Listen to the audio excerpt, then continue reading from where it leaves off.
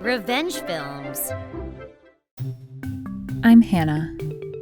I met my husband Jay through my work. He was a calm and polite person. My ancestors were local notables, and my mom is an interior designer, and her business is doing well.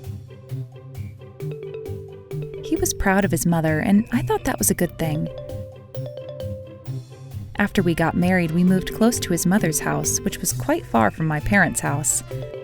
I didn't have any friends here and didn't know anybody here. I changed my job too, so I didn't have anybody close at work either. Honestly, I felt isolated. A few days after we settled into the new place, Jay suggested, Let's have dinner at Mom's house from now on. "What? You mean every day?" I thought we were going to enjoy our newlywed life, at least for a while, so his proposal was totally unexpected.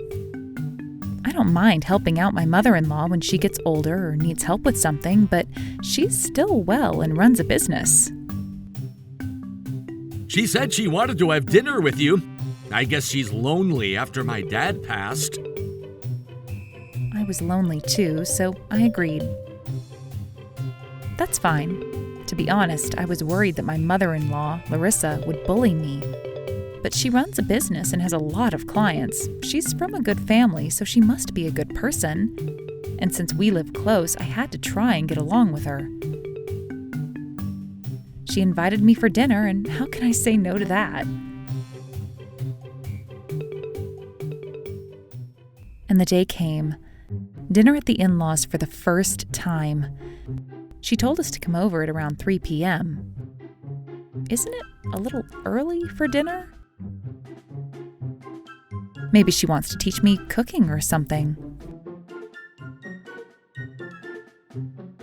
Jay was behaving normally too. He seems to be a good son who tries to fulfill his mother's wishes a lot. But as soon as Larissa saw me, she said, "Don't just stand there, but get to it already. Start with cleaning and laundry." Excuse me? You are as dumb as you look. Go clean the bathroom first. Wash the bathtub and toilet thoroughly. After cleaning every room, do the laundry next. Larissa was tall, stern, and intimidating. She was absolutely two-faced. She wasn't like this at all before we got married.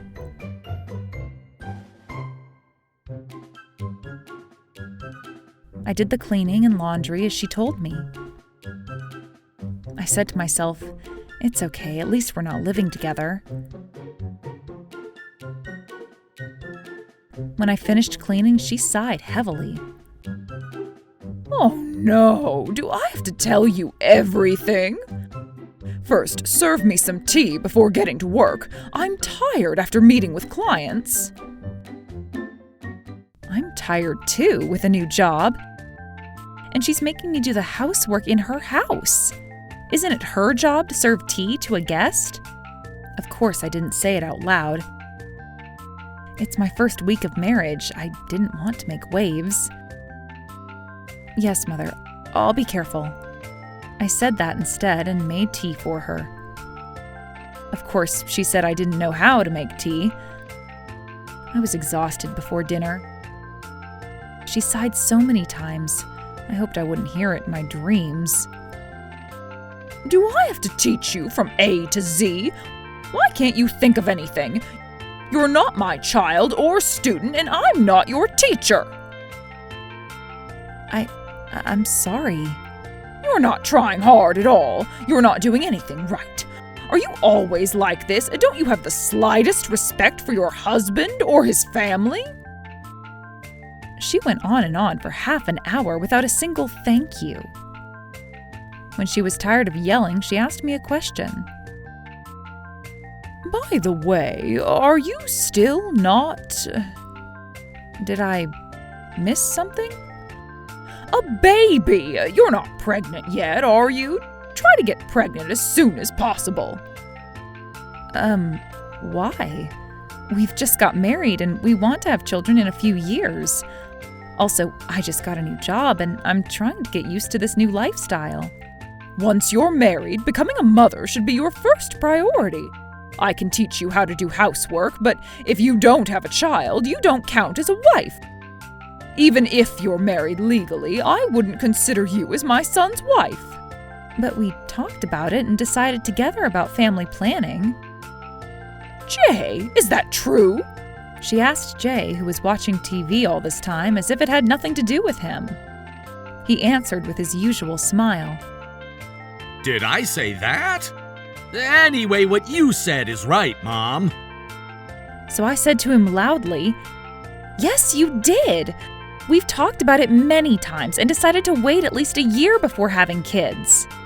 No, sooner the better, just like Mom said.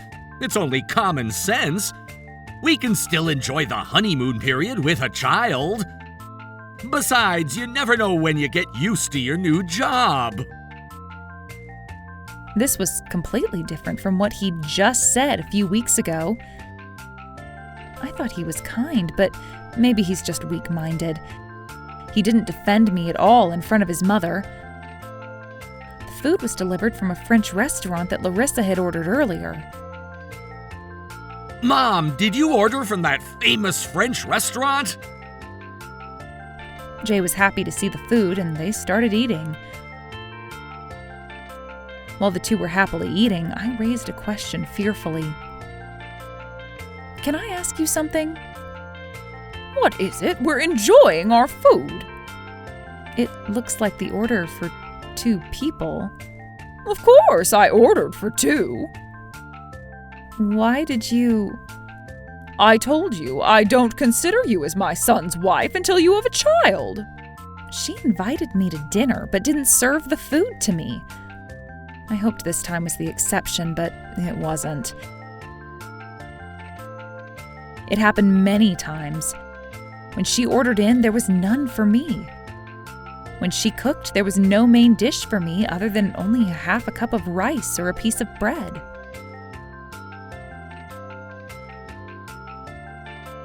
I worked in the house for hours after my own work, and I barely got to eat. It was a nightmare to visit her. But after I got married, moved to a strange city, and changed my job, I had no one to talk to.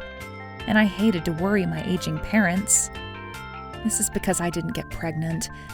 That's why I wasn't qualified as a wife. It's my fault. I came to believe what Larissa kept telling me. Jay was kind as long as his mother wasn't involved. One day I bumped into the chef of the French restaurant we ordered from often. We had a small talk on the street, and he asked me, "How do you like our food?" "I don't know. I've never had it, so..." He looked puzzled and asked me why. So I explained to him that because I don't have a child yet, I'm not qualified as a wife of her son, and I don't deserve the food. Once I started talking, I couldn't stop, and kept talking in tears. The chef was furious to hear my story. "It's simply unthinkable. I can't believe you've been treated this way. I know I wouldn't be able to bear it, poor thing." He found it abnormal. As I was talking, I got angry too. "I want to get revenge. Will you help me?" He agreed with pleasure. I started to record Larissa's verbal harassment. At the end of the month, Larissa hosted a dinner for her regular clients. When the chef delivered the food and it was served, I said it loudly. "Oh, I get to eat it today for the first time. I never actually got to eat it before because my mother-in-law said I was less than a wife and didn't deserve to eat." Larissa was upset and flatly denied it. What are you talking about? Oh, don't believe her. She's a pathological liar. When she finished making excuses and telling a lie, I played my voice recorder. All the guests heard her yelling and hurling abuse at me regularly. Larissa went white. I filed for divorce. With this evidence, I demanded $20,000 in damages for harassment. Larissa lost her credibility in all her clients. No one would go near her. That spread to Jay's workplace, and he also resigned. He couldn't stand the rumor and moved elsewhere. Now, Larissa eats alone, but she asked for it.